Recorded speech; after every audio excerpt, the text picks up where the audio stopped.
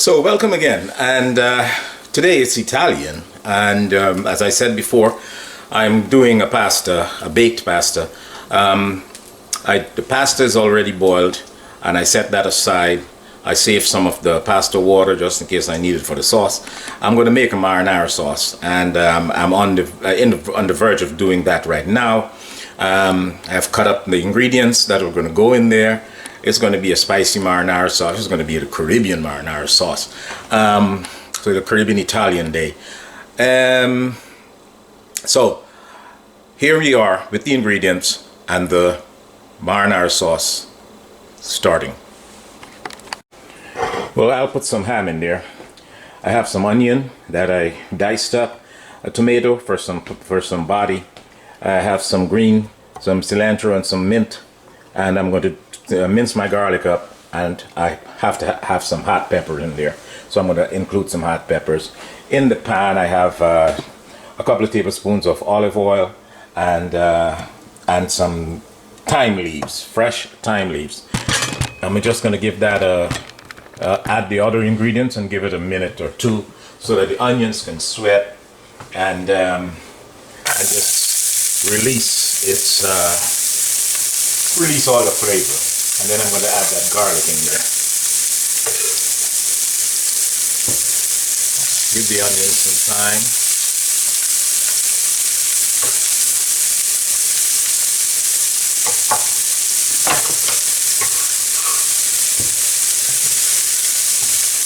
Add that ham in there. Get them all in there.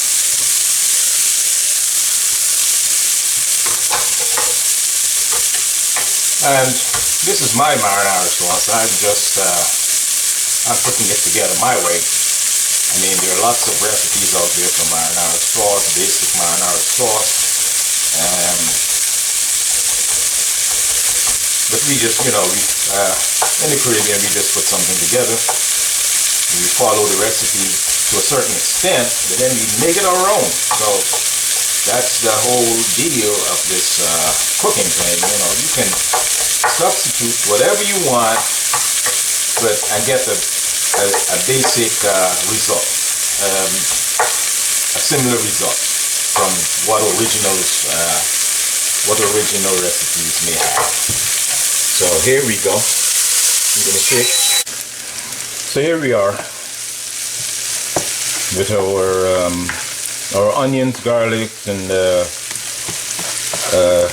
tomatoes and the hot pepper, a little piece of hot pepper, and the ham.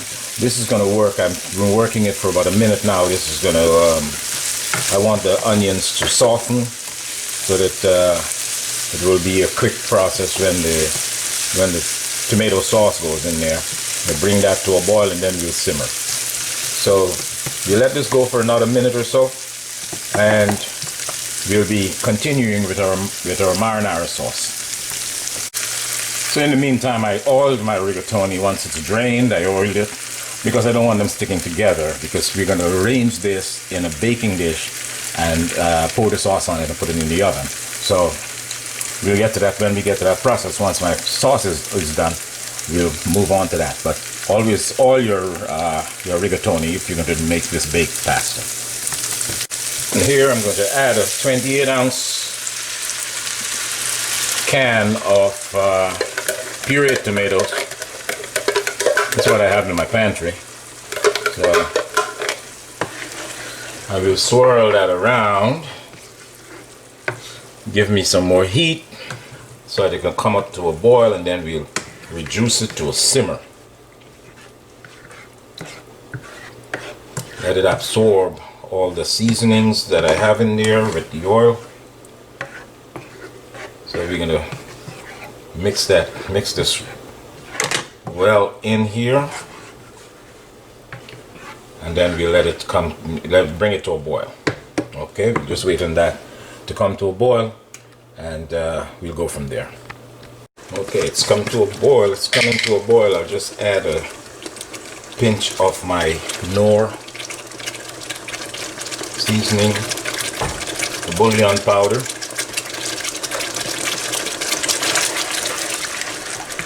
Stir that up. reduce my fire, my heat. I'll cover it for a little and then let it go for about 15 minutes. I'll let that cook. And once the marinara sauce is working and it's bubbling, it's been maybe about 6 or 8 minutes. I want to make it a vodka sauce, so I'll just go ahead and add some vodka in there. Take it off the fire, add a cup of vodka in here, put it back on the fire, and let that vodka evaporate. Let that turn the heat up and let that alcohol evaporate. And then we're left with the flavor of the vodka.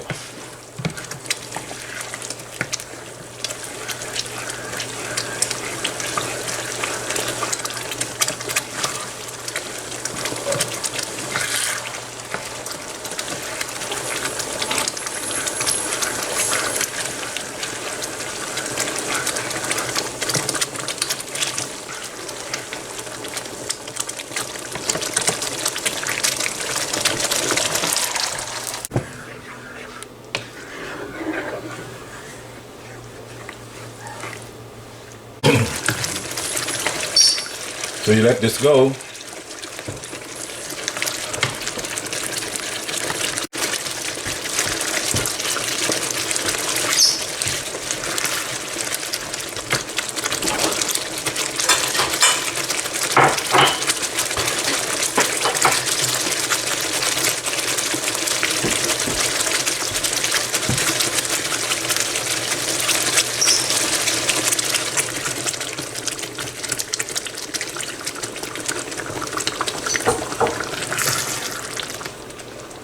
So I just added a half a cup of heavy cream. I think I need some more.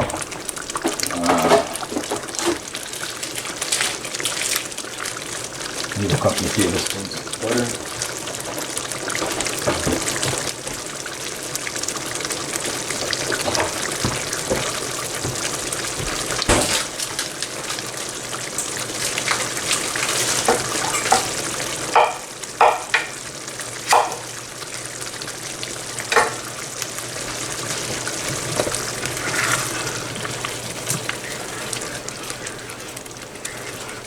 They have butter, cream. It's a very rich sauce.